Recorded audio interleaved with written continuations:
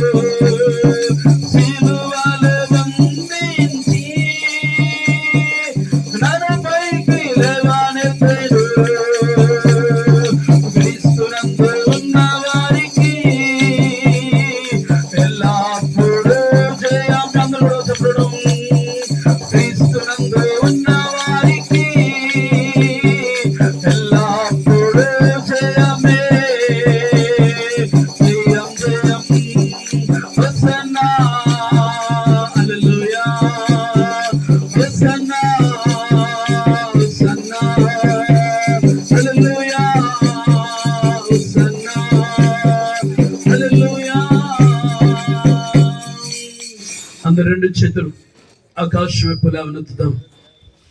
రాత్రి కాలంలో దేవాతి దేవుడు మన మధ్యలోకి వచ్చి చక్కగా యొక్క కొడుకును జరిగించడానికి ప్రభు తన సంకల్పాన్ని ఏర్పాటును మన మధ్య నుంచి విధమును బట్టి మనమందరము కూడా పరలోకమందు దేవదూతలు ఎలాగున ప్రభువును సన్నుతించి ఆరాధించి మహిమపరుస్తా ఉన్నారు. అటువంటి గొప్ప ధన్యత ఈ రాత్రి కాలంలో మనందరికీ కూడా ఆయన అనుగ్రహింపు చేయబడిన విధమును బట్టి రెండు చేతులు కూడా ఆకాశపు లేవనెత్తి హల్లెలూయా కోర్సు పాడుకుంటూ ప్రభు నామాన్ని కనపడదాం.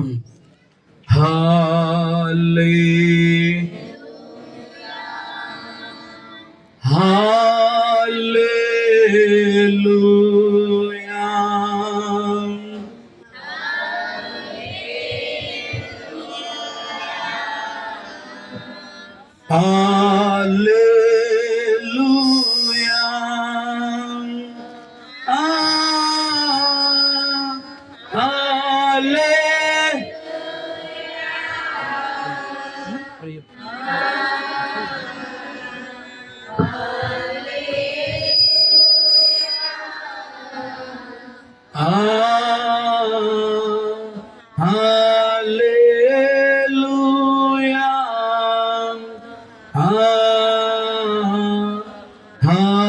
హల్లెలూయా హల్లెలూయా. చెప్పుల బిగ్గరగా హల్లెలూయా. మంచిది. ఈ రాత్రి కాల సమయంలో వాక్యం నిమిత్తం మన మధ్యలో రమేష్ పాస్టర్ గారు వచ్చి చిన్న ప్రార్థన చేస్తారు.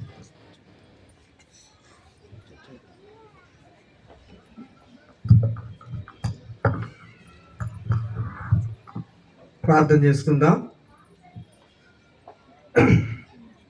పరిశుద్ధుడును ప్రేమ కలిగిన తండ్రి, ఈ పరిశుద్ధమైన ఘనమైన ఉన్నతమైన నామాన్ని బట్టి ఈ పాదాలకు వందనాలు స్తోత్రాలు చెల్లిస్తున్నాము నాయన.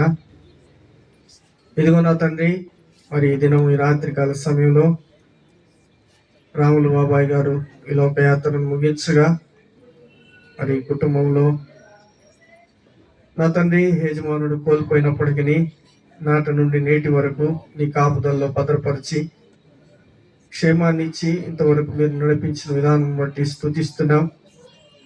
మరి నా తండ్రి నాయన, ఈ దాసునికి మీరు రక్షణ ఇచ్చారు, నిత్య విశ్రాంతిలో ఉన్నారని అయా దృఢ విశ్వాసంతో మిమ్మల్ని స్తుతిస్తున్నాం. అలాగే నా తండ్రి, మరణం ప్రతి ఒక్కరికి ఒక హెచ్చరిక అయి ఉంటుండగా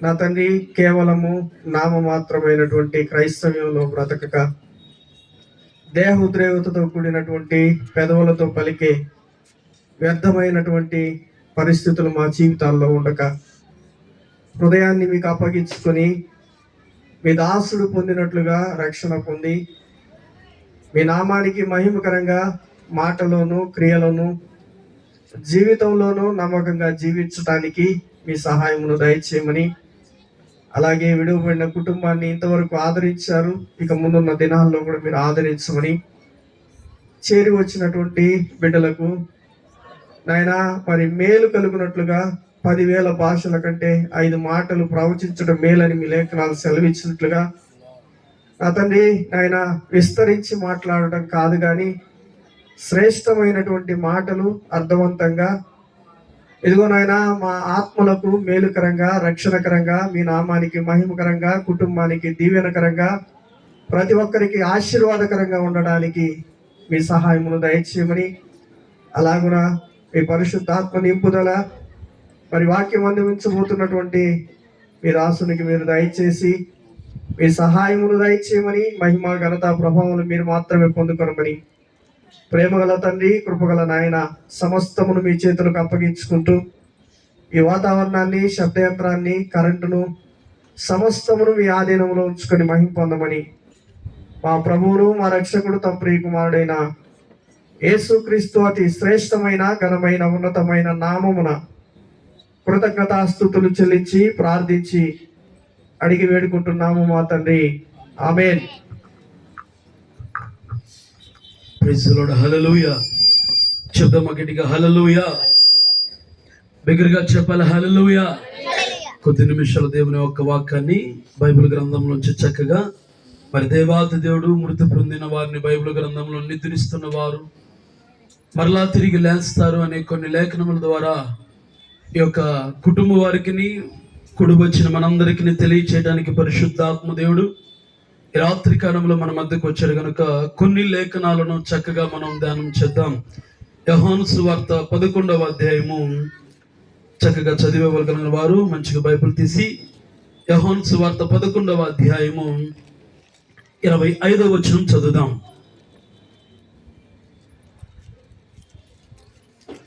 యోహాను సువార్త 11వ అధ్యాయము 25వ వచనం చదువుదాం. అందుకు యేసు పునరుద్ధానమును జీవమును నేనే, నా యందు విశ్వాసముంచువాడు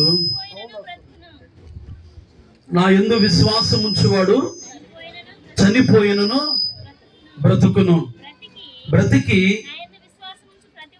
నా యందు విశ్వాసముంచువాడు ప్రతివాడును ఎన్నటికి చనిపోడు. ప్రైజ్ ది లార్డ్, హల్లెలూయా.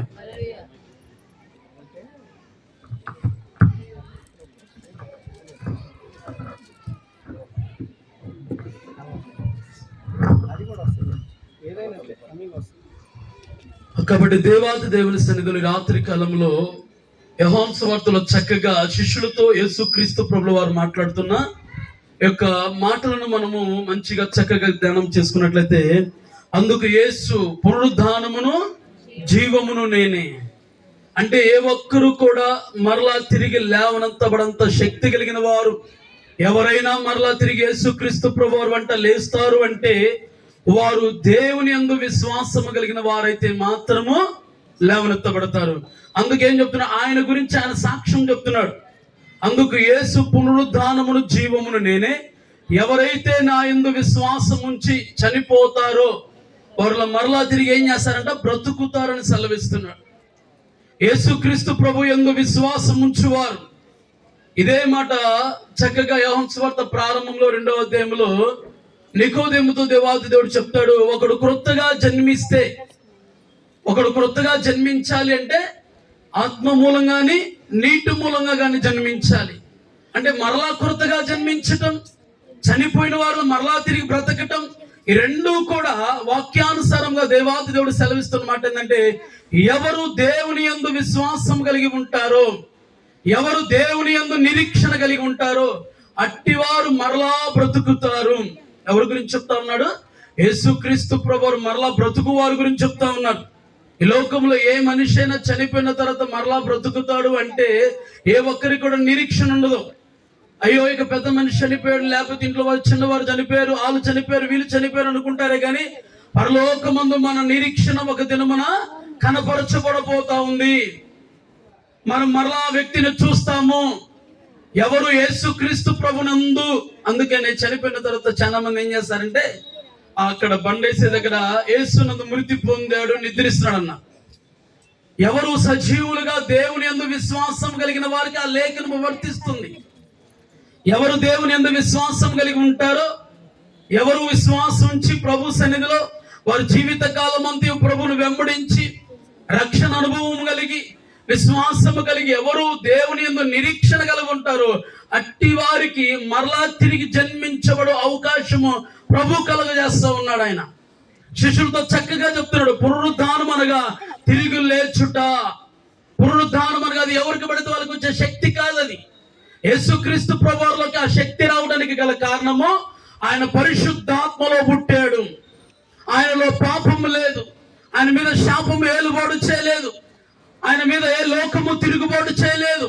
ఆయన పుట్టుకలో పరిచర్యలో మృతి పొందువరంత కాలం, తిరిగి లేచినంత కాలం ఎక్కడను కూడా పాపం లేదు. అందుకే ఆయన పునరుద్ధానుడై మరపు ముళ్ళు విరిచి తిరిగి లేచాడు. ఇప్పుడు ఆయన యందు ఎవరు విశ్వాసం ఉంచుతారు? రాములు గారి గురించి గొప్ప సాక్ష్యం మా మందిరంలో ఫుల్ గాస్పుల్ మినిస్ట్రీలో ఒక సంఘ పెద్ద, నేను చూడకపోయినా ఆయన నాకు పరిచయం లేకపోయినా ఆయన సాక్ష్యం ఎప్పుడు వింటా ఉంటాం మందిరాల్లో. గల కారణము మరలా నీతిమంతుని జ్ఞాపకం ఎందుకు చేసుకుంటున్నామంటే మనకు ఒక నిరీక్షణ గలవారమై మనం ఉండాలి.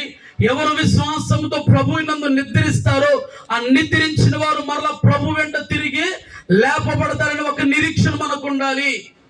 ఒకటి ఆయన గురించి, రెండు మన వ్యక్తిగత జీవితాలు కూడా ఎవరు ప్రభునందు విశ్వాసము గలవారైతారో వారు చనిపోయినను మరలా ఏమవుతారంట? బ్రతుకుతారు. అది చనిపోయిన వారు ఎలా బ్రతుకుతారు? చనిపోయిన వారు ఎలా బ్రతుకుతారు? నికోదేముతో చెప్తా ఉన్న, ఒకరు క్రొత్తగా జన్మిస్తేనే గాని దేవుని రాజ్యాన్ని చూడలేడు. కొత్త అనుభవం మన జీవితంలోకి రావాలి అంటే, ఒక నిరీక్షణ మన జీవితంలోకి రావాలంటే, ఈ రాత్రికాలం నేనేం చేయాలో తెలుసా? ప్రభువునందు విశ్వాసం ఉంచాలి. ఇదే అధ్యాయంలో చూడండి ఒకసారి, 11వ అధ్యాయంలో 40వ వచనం చదువుదాం ఒకసారి. అందుకు యేసు, నీవు నమ్మిన ఎడల దేవుని మహిమను చూతువని నేను నీతో చెప్పలేదా? ప్రైజ్ ది లార్డ్, హల్లెలూయా. దగ్గరగా చెప్పాలి, హల్లెలూయా. ఈ మాట ఎవరితో చెప్తా ఉన్నారు? ఎవరితో చెప్తున్నారంటే యేసుక్రీస్తు ప్రభువు వారు మార్తతో చెప్తున్న మాట. ఎక్కడ? లాజరును సమాధిలో ఉంచబడిన తర్వాత లాజరు సమాధి దగ్గర జరగబోతున్న ఒక సందర్భాన్ని చెప్తా ఉన్నాడు. చనిపోయిన వారి గురించి ఒక సాక్ష్యాన్ని ఇచ్చాడు. వారు మరలా తిరిగి ఎలా బ్రతుకుతారని చెప్తా ఉన్నాడు. ఇప్పుడు చనిపోయిన వ్యక్తి, కట్టబడిన కట్లతో ఉన్న వ్యక్తి ఎలాగో సమాధి తెంచుకొని బయటకు వస్తాడో ఈ సందర్భాన్ని మనతో చెప్తా ఉన్నాడు. ఏమని?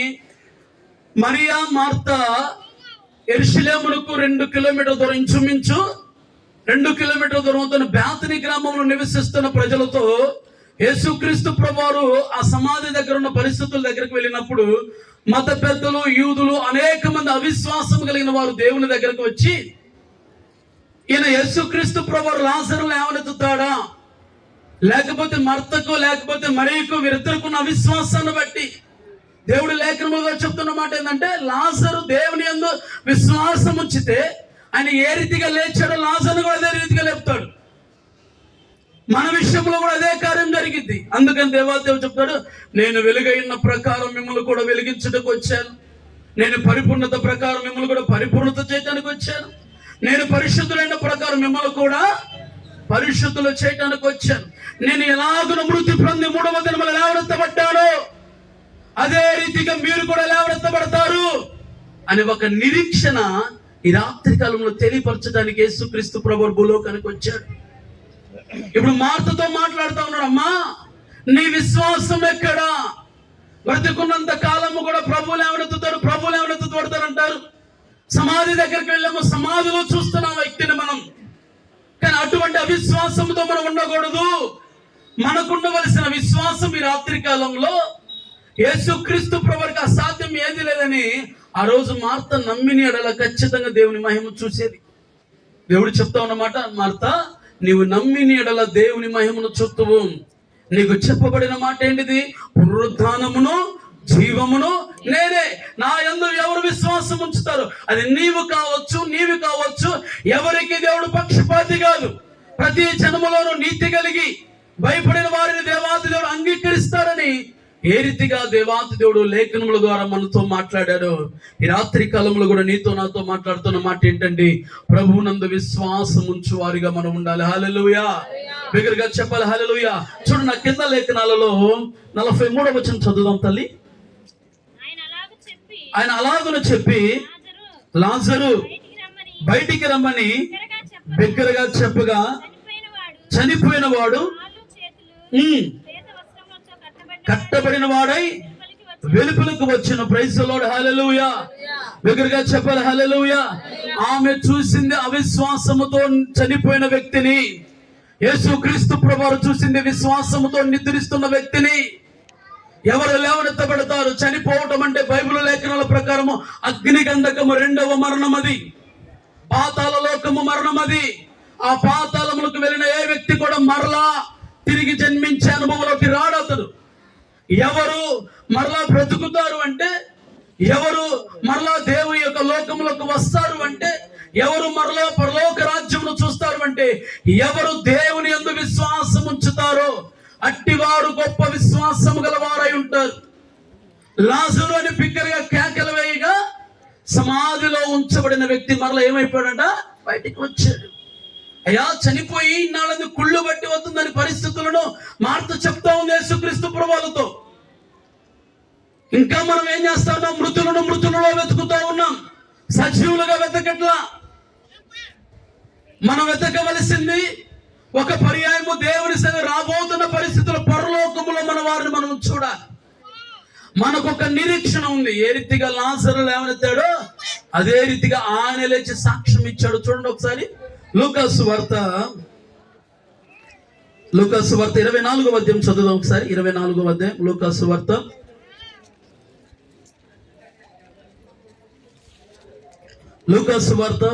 24వ అధ్యాయము 6వ వచనం చదువుదాం. ఆయన ఇక్కడ లేడు, ఆయన లేచి ఉన్నాడు.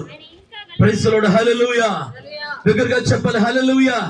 ఏ వాగ్దానాన్ని అయితే ఇచ్చాడో, ఏ వాక్యాన్ని అయితే మాతతో మరితో చెప్పాడో, ఏ విషయంలో అయితే శిష్యులతో మాట్లాడాడో, ఏ విషయంలో గురించి ప్రవచించాడో, వీటన్నిటిని కూడా లూకాసు వార్త 24వ అధ్యాయంలో చెప్పబడుతున్న మాట, ఆయన ఇక్కడ లేడు.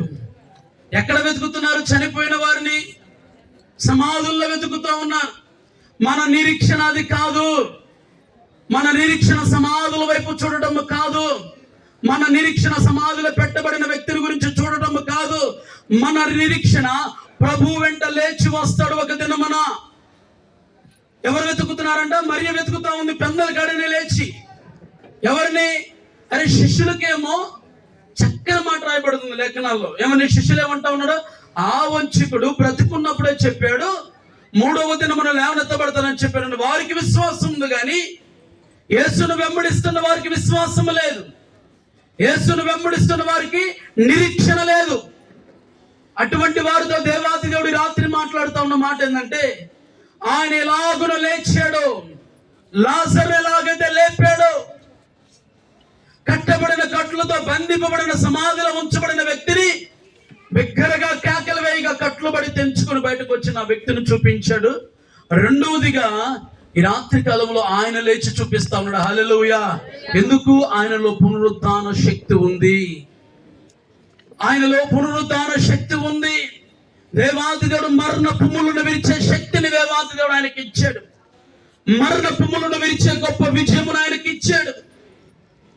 దేవుని సన్నిధిలో చెప్పబడిన ప్రతి మాటకు విధేయత కలిగి, విశ్వాసము కలిగి, యథార్థత కలిగిన యేసుక్రీస్తు ప్రభువు వారు అనేక మందిని లేవనెత్తాడు. తర్వాత ఆయన ఏం చేశారంట? 3వ దినమున సమాధిలో నుండి లేచాడు. హల్లెలూయా. దగ్గరగా చెప్పాలి హల్లెలూయా. ఎవరు లేస్తారు ఈరోజు? ఎవరు లేస్తారు? ప్రభు సన్నిధిలో ఎత్తబడతారు. యొక్క మరణమును బైబిల్ గ్రంథం నుంచి మాట్లాడుతూ ఉన్నాడు దేవుడు. నిద్రిస్తున్నారు అని రాస్తుంది. ఈ నిద్రించిన వారు మరలా తిరిగి లేస్తారు. చనిపోయిన వారు యొక్క అది 2వ మరణం. ఆయన ఇక్కడ లేడు, సమాధిలో లేడు, లేచి సజీవుడుగా ఉన్నాడు. అక్కడ వెతకండి అని అంటే ఏంటిదంటే, లేఖనములు ఏమి బోధించాయో లేఖనం వైపు మనం చూడాలి. చనిపోయిన వారి గురించి, నిద్రిస్తున్న వారి గురించి నిరీక్షణ లేని వారిగా మనం ఉండకూడదు. రాత్రి కాలంలో మన యొక్క సాక్ష్యము, మన యొక్క విషయము, మన యొక్క యథార్థత, మన నీతి వాక్యము చెప్పినప్పుడే కాదు సుమా, క్రియలలో చూపించేటప్పుడు వస్తుంది మన యొక్క విశ్వాసం. ఎప్పుడు కూడా ఆత్మీయనాయకులు ఈయన గురించి సాక్ష్యం ఇస్తాడు. రాములు గారి గురించి నతానియేలు అనగా ఏ కపటము లేని వ్యక్తి అంటే ఏంటిది? మన నిరీక్షణ ఏమైనదంట? సమాధుల్లో వెతకూడదు. మనం మృతి పొందిన పరిస్థితుల్లో మనం వెతకూడదు. రేపటి దినమున దేవాది దేవుడు కర్రపూడ మోగగానే ఖచ్చితంగా సమాధి బద్దలు కొట్టుకుని లేవనెత్తబడతాడు. ఎందుకో తెలుసా? ఆయన యందు విశ్వాసం ఉంచాడు. ఎందుకో తెలుసా? ఆయన యందు నిరీక్షణ ఉంచాడు. బ్రతికున్నంత కాలము కూడా ఒక బాధ్యతను చేపట్టి, ఒక విశ్వాసముతో ప్రభువును వెంబడించి తన కర్తవ్యం కడవరకు కూడా ముగించుకున్నాడు ఆయన. ఇప్పుడు ఈయన పట్ల ప్రభు యేసుక్రీస్తు కొరకు బాధ్యత ఉంది. ఎలాగున్న లాజరు లేపాడో, ఎలాగున ఆయన లేచాడో, ఇప్పుడు మనల్ని కూడా లేవనెత్తబోతున్న ఒక వాక్యాన్ని మనతో మాట్లాడుతూ ఉన్నాడు.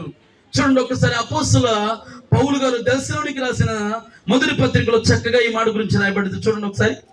అపోస్తలుడైన పౌలు గారు దెస్సలోనికి రాసిన మొదటి పత్రిక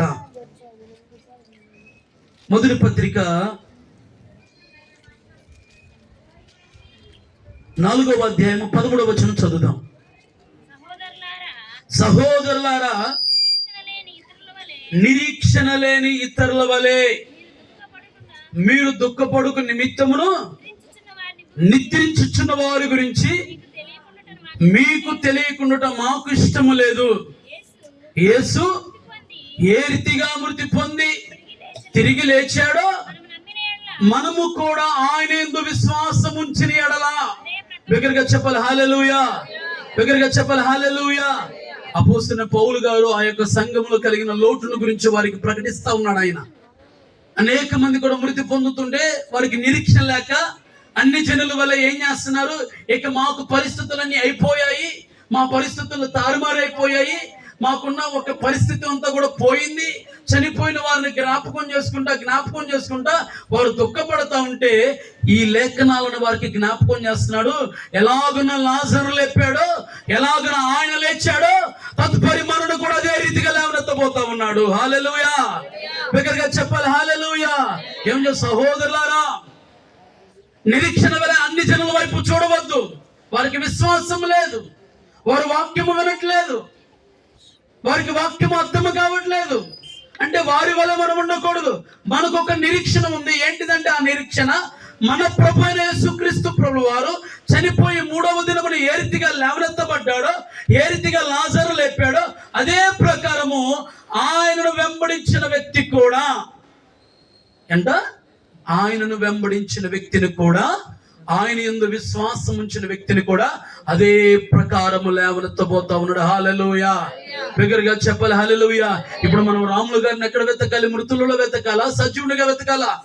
మనము పరదేశంలో ఉన్నట్లుగా జ్ఞాపకం చేసుకోవాలి. ఎందుకో తెలుసా? దేవుని యందు విశ్వాసము. ఎవరు దేవుని యందు విశ్వాసంతో ఒకవేళ వారు చనిపోయినను మరలా బ్రతుకుతారు. వారు చనిపోయినను మరలా బ్రతుకుతారు.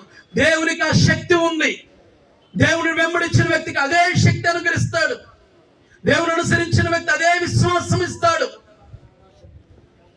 అందుకని యోహాను సువార్తలో చక్కగా 14వ అధ్యాయంలో చెప్తాడు శిష్యులతో, ఎవరు నా యందు విశ్వాసం ఉంచుతారో నేను చేయు కార్యముల కంటే వారు మరి బిగ్గర కార్యములు చేయగలరు వాళ్ళు. హల్లెలూయా, బిగ్గరగా చెప్పాలి హల్లెలూయా. యేసుక్రీస్తు ప్రభువు యొక్క వస్త్రపు చెంగులు పుడితే స్వస్థత కలిగితే, పేతురు నీడలు తాగితే స్వస్థతలు జరిగాయి. అటువంటి గొప్ప భాగ్యాన్ని దేవాది దేవుడు యేసుక్రీస్తు ప్రభువు ఈ లోకంలో మనకి ఇచ్చాడు.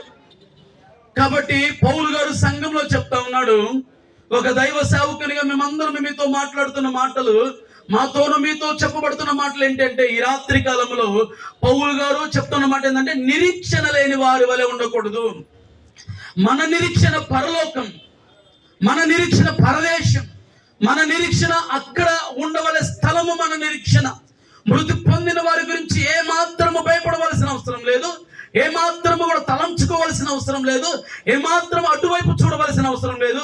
వాళ్ళు ఏం చేస్తారంటే, ప్రభు ఏ రీతిగా లేచాడు. ఎవరికి ఇది ఈ వాక్యం? ఎవరికి? చనిపోయిన వారు ఆ యొక్క బండల మీద ప్రభునందు నిద్రించి లోకంలో ఉన్నవారు, పాపము చేయవారు, నరహంతకులు, వీళ్ళు వాళ్ళు రాయించుకునే సుఖం ఉండదు ఆ వాక్యానికి. బ్రతికున్నంత కాలము ప్రభుని విశ్వాసంతో వెంబడించిన వ్యక్తిగా ఉంటే, చెప్పబడిన వాక్యానికి లోబడిన వ్యక్తిగా ఉంటే, ప్రభువును వెంబడించిన వ్యక్తిగా నీ ఉంటే, ఖచ్చితంగా కడపడమోగానే ఆయన ఏ రీతిగా లేచాడు నిన్ను కూడా అదే రీతిగా సజీవునిగా లేపుతాడు. అటువంటి వారిగా ఈ రాత్రి కాలము నీవు నేను ఉండాలని ప్రభు యొక్క కోరిక. అందుకని పౌలు గారి ద్వారా ఆత్మచేత నింపబడి ఆయన రాయించాడు. ఏమని రాయించాడంటే, ఆయన సహోదరులారా, నిరీక్షణ లేని ఇతరుల వల్ల మీరు దుఃఖపడకు నిమిత్తము మాకు ఇష్టం లేదు. ఎందుకో తెలుసా? మేము ఏ రీతిగా యేసుక్రీస్తు ప్రభువును వెంబడించామో, ఏ రీతిగా వాక్యాన్ని మేము అనుసరించామో, ఏ రీతిగా వాక్యాన్ని మేము గైకొన్నామో, ఏ రీతిగా విశ్వాసం ఉంచామో ఆ వాక్యము పట్ల మీరు కూడా మీ యొక్క జీవితం విషయమై కావచ్చు, లేకపోతే మన జీవిత విషయముల గురించి కావచ్చు, మనకు కూడా అటువంటి ఒక నిరీక్షణ కలిగి ఉండాలి. సంఘములో బోధిస్తున్న మాటలు ఒక విశ్వాసం ఉంచాలి. మన పితరుల విషయాల్లో కావచ్చు, మన తండ్రి విషయంలో కావచ్చు, ఏ సాక్ష్యము జరగబడినదో అదే సాక్ష్యము మనను కూడా వెంబడిస్తుందని సంగతిని మనము మర్చిపోకూడదు. బిగ్గరగా చెప్పాలి హల్లెలూయా, హల్లెలూయా. ఆయన ఎలాగునా లాజర్ను బంధకాల నుండి ఏ రీతిగా లేవనెత్తబడి బయటకు విడిపించి కట్లు చేత ఉన్న వ్యక్తిని ఎలాగున బయటికి నడిపించాడో, రెండవదిగా వారు అనేక మంది కూడా అవిశ్వాసం కలిగిన వారుగా, శిష్యులు లేకపోతే వారి యొక్క సహోదరు అనేక మంది కూడా అవిశ్వాసంతో ఉన్నవారు, వారి యొక్క అవిశ్వాసమును తొలగించడానికి, వారి అవిశ్వాసాన్ని పతనము చేయడానికి సమాధిని బద్దలు కొట్టుకొని ఆయన మరణపు ముళ్ళను విరిచి మూడవ దినము లేవనెత్తబడ్డాడు. ఇంకొక మాట ఏందో తెలుసా? నిన్ను నన్ను కూడా, అలాగే రాములు గారిని కూడా అలాగున లేవనెత్తబడటానికి పౌలు గారి ద్వారా సంఘములో దేవుని వాక్యాన్ని బోధించాడు. హల్లెలూయా. ఎవరికి వాక్యం? అనేక మందికి కాదు. ఎవరు ఆయన యందు విశ్వాసం ఉంచుతారో, ఎవరు ఆయన యందు నమ్మిక ఉంచుతారో, ఎవరు ప్రభు లేచాడని నిరీక్షణతో నమ్ముతున్నారో వారికి మాత్రమే ఈ సజీవుని యొక్క లెక్కలో కృప.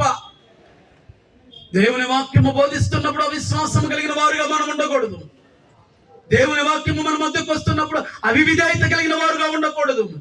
మన పితరులు చేసిన కార్యాలు లేకపోతే మన జీవితాల్లో చేసిన కార్యాలను మనము తలంచుకుంటూ విశ్వాసముతో విధేయతతో ప్రభు సన్నిధులకు మనం ముందుకు వెళ్ళాలి.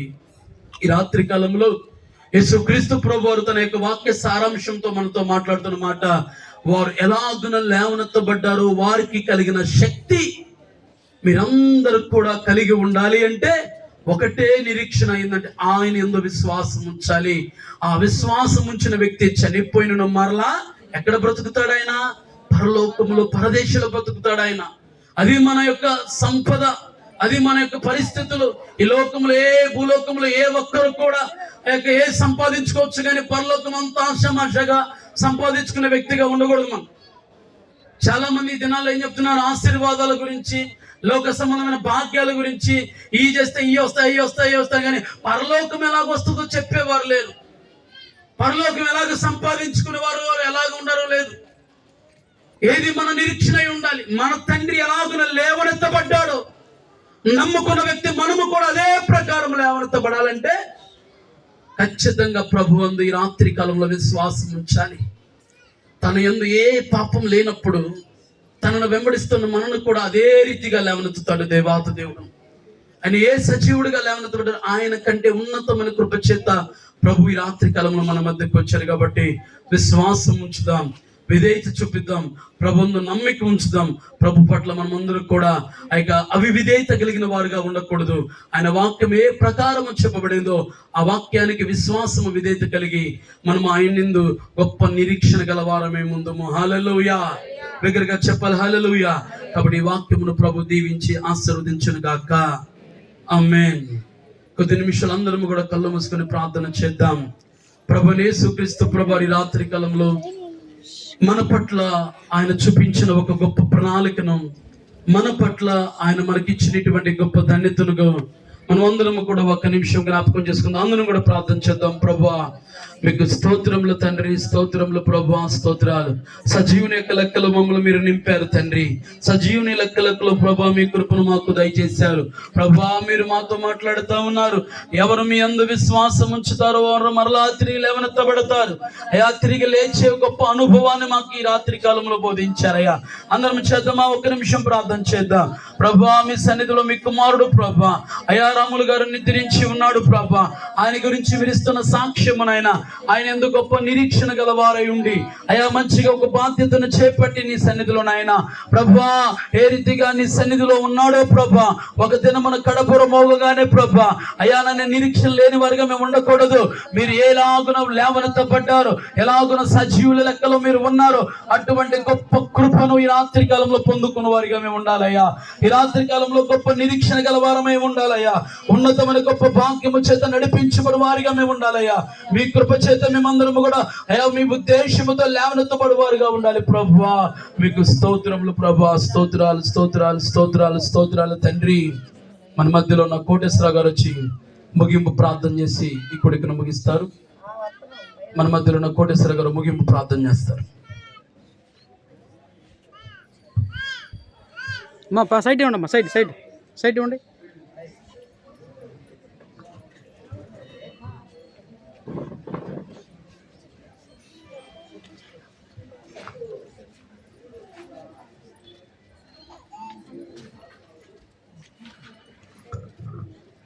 ప్రార్థన చేసుకుందాం. ప్రేమ కలిగిన తండ్రి మీకు స్తోత్రాలు చెల్లిస్తున్నాం.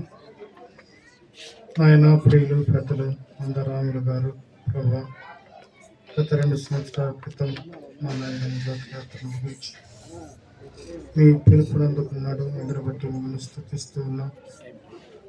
దేవా, విడువబడిన కుటుంబాన్ని మీరు ఆదరించి ధైర్యపరచండి. ఇక ముందు కూడా నిరీక్షణతో నింపి నడిపించండి.